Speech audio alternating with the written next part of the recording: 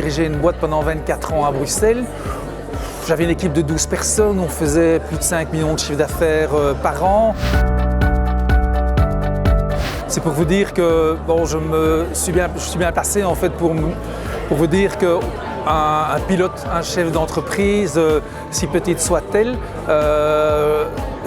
se retrouve systématiquement seul. Quand tu dois prendre souvent des décisions dans l'urgence, parfois à l'aveugle, et sans nécessairement se poser toutes les bonnes questions.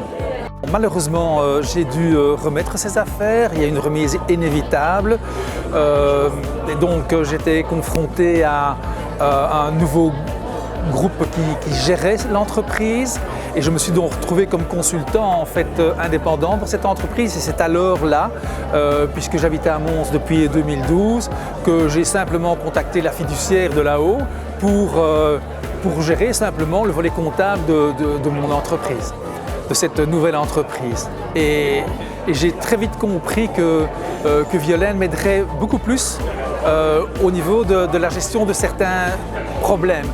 Et franchement, elle m'a aidé pour gérer des problèmes un peu pointus, parfois très embêtants. Elle l'a fait de manière très intelligente, très généreuse et très vigoureuse.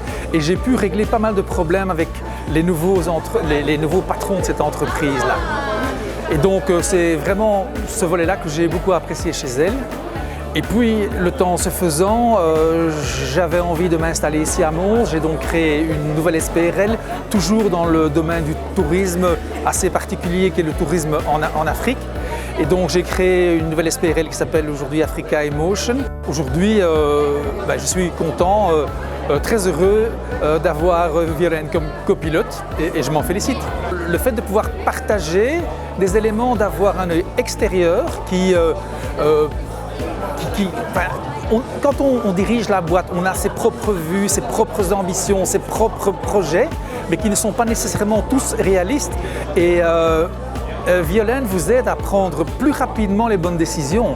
Elle le permet d'ajuster le tir, de comprendre en fait, qu'on ne doit pas se disperser à gauche ou à droite, mais d'aller plus rapidement et droit au but. Donc on gagne du temps. Souvent sur le volet que l'entrepreneur néglige, c'est la gestion au quotidien. Et donc on se concentre trop sur son core business, sur ce qu'on veut faire, ce qu'on a envie de vendre, et on oublie un peu ces côtés administratifs et pointus au niveau des choix pour choix personnels, etc. Ça, on doit le faire soi-même, mais est-ce que c'est le moment? Est-ce que c'est pas le moment?